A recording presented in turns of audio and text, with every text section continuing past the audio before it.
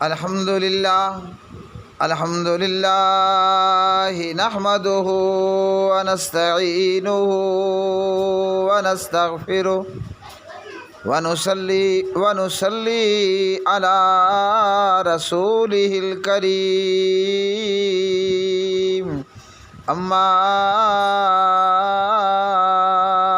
بعد وأنكحوا الأيام منكم والصالحين من عبادكم وإمائكم إن يكونوا فقراء يغنيهم الله من فضله والله واسع عليم۔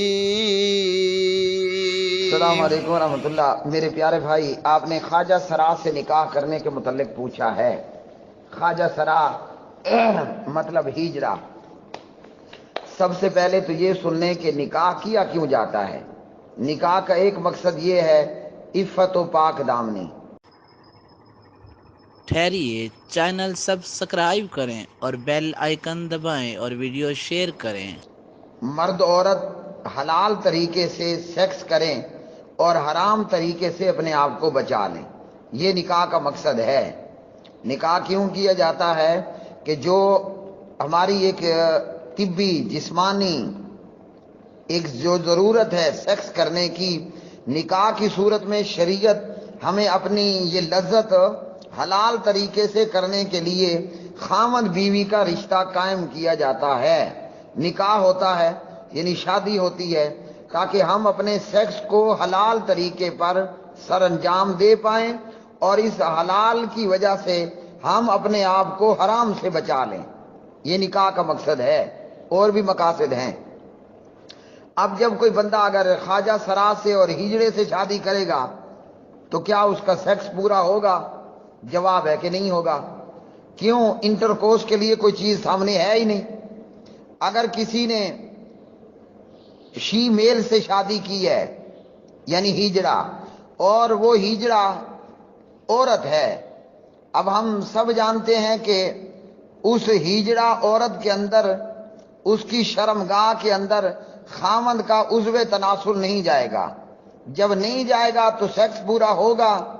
جواب ہے کہ سیکس پورا نہیں ہوگا۔ تو شرعی اور حلال طریقے پر بندہ اپنی لذت سے لطف اندوز نہیں ہو پائے گا۔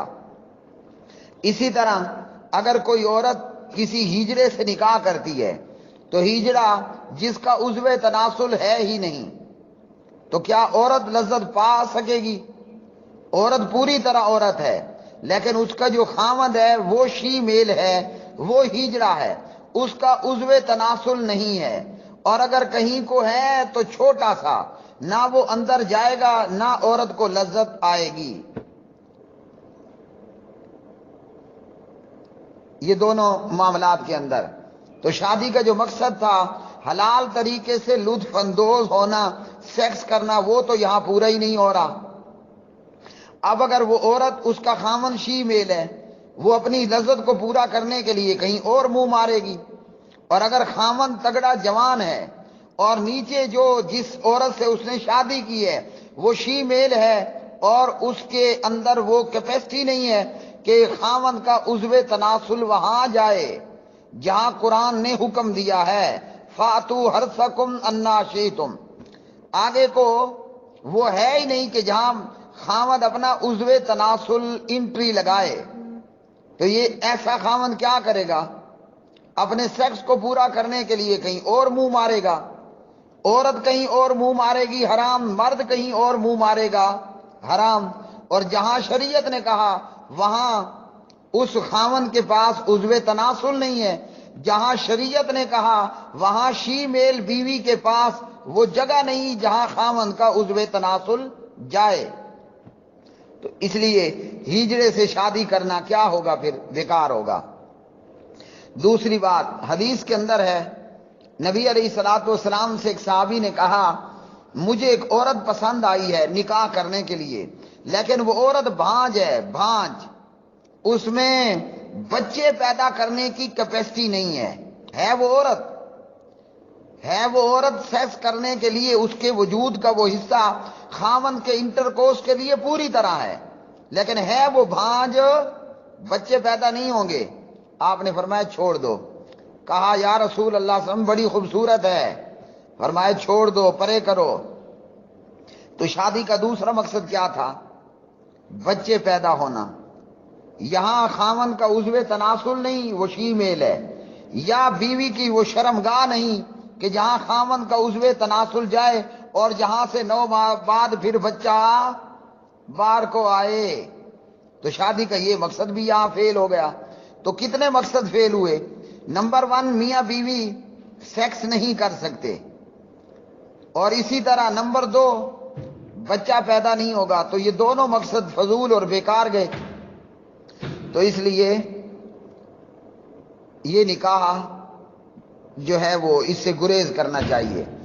باقی مفتیان کے قول میں کہ اگر کوئی شی میل اس کے اندر زنانہ پن موجود ہے، زنانہ پن یعنی اب زنانے پن میں عورت کا سینہ اور زنانے پن کے اندر عورت کی وہ نیچے کی شرمگاہ ہے اتنی کہ اس میں کوئی چیز جا نہیں سکتی، مرد کا خاوند کا عضو تناسل نہیں جا سکتا، لیکن موجود ہے، اور وہ شی میل عورت ہے۔ اسی طرح شی میل ہیجڑا مرد ہے، اور اس میں اس کے سینے پر موجود عورت کی طرح سینہ موجود نہیں ہے، اور نیچے عضو تناسل ہے لیکن ہے چوسنی سے بھی چھوٹا، وہ کچھ کر نہیں سکتا، یا وہاں سے کچھ نکلتا نہیں کہ جس سے آگے کو کچھ جائے اور بچہ پیدا ہو جائے وغیرہ۔ ایسی صورت کے اندر مردانہ صفات کا شی میل ہے تو عورت اس سے شادی کر لے تو جائز ہے۔ اسی طرح زنانہ خواتین کی صفات کی شی میل ہجڑا ہے، اس سے شادی کر لی جائے تو جائز ہے۔ لیکن تفصیل میں نے بتا دی، شادی کے مقاصد میں ایک مقصد شریعت کی حدود میں رہ کر سیکس کرنا، لطف اندوز ہونا، اور شادی کے مقاصد میں بچوں کا پیدا ہونا۔ یہ دونوں مقاصد ہیجڑوں سے شادی کرنے میں پورے نہیں ہوتے۔ یہ 2 باتیں ہو گئی۔ تیسری بات، اب جیسے یہ آپ نے ویڈیو بھیجی، اس پر مفتی عبدالقوی جو پہلے ہی میرے خیال میں ڈیرہ غازی خان کے کسی جو ہے وہ گرل کے ساتھ کسی لفڑے میں تھا، تو یہ بتاتے خود مفتی ہی جو ہے وہ مفتی ہے۔ اچھا جی، شادی کے حوالے سے ان ہیجڑوں سے نکاح کرنا، اور اس ویڈیو میں بھی دکھایا گیا کہ ایک ہیجڑا جس کا نام مجاہد اور پتہ نہیں آگے اس کا نام کیا تھا، پائل غالباً بتایا گیا، مجاہد عرف پائل یا مجاہد پائل وغیرہ کے نام سے، اب وہ بھی موجود ہے اور دیگر بہت سارے ہیجڑے بھی موجود ہیں، اور جناب وہاں پر میوزک اور موسیقی اور ڈانس اور ان چیزوں کی محفلیں موجود ہیں۔ کوئی بھی بندے دا پتر اگر جس میں شرم و حیا ہے اور وہ ایک اچھا مسلمان ہے، وہ بے حیا اور بدکار لوگوں سے تو نکاح نہیں کرتا۔ تو ہمارے معاشرے میں ہیجڑے کیا کر رہے ہیں ہم سب جانتے ہیں، گندے لوگ، کمینے لوگ، بے حیا لوگ، بد کردار لوگ، ناچنے گانے والے۔ تو ایسے گندے اور بد کردار لوگوں سے وہی نکاح کرے گا جو خود بھی بندہ گندا اور بد کردار اور زانی اور بے حیا اور پرلے درجے کا لوفر، لفنگا، نکما، وہی کر سکتا ہے ایسے لوگوں سے نکاح۔ باقی جس کو شریعت کی روح کی دائرے میں رہ کر اپنا سیکس پورا کرنا ہے اور بیوی سے پوری طرح لطف اندوز ہونا ہے، اور اس عمل کے نتیجے میں 9 ماہ بعد وہ چاہتا ہے کہ مجھے اللہ اولاد بھی دے، تو وہ پھر ہجرے سے نکاح نہیں کرے گا۔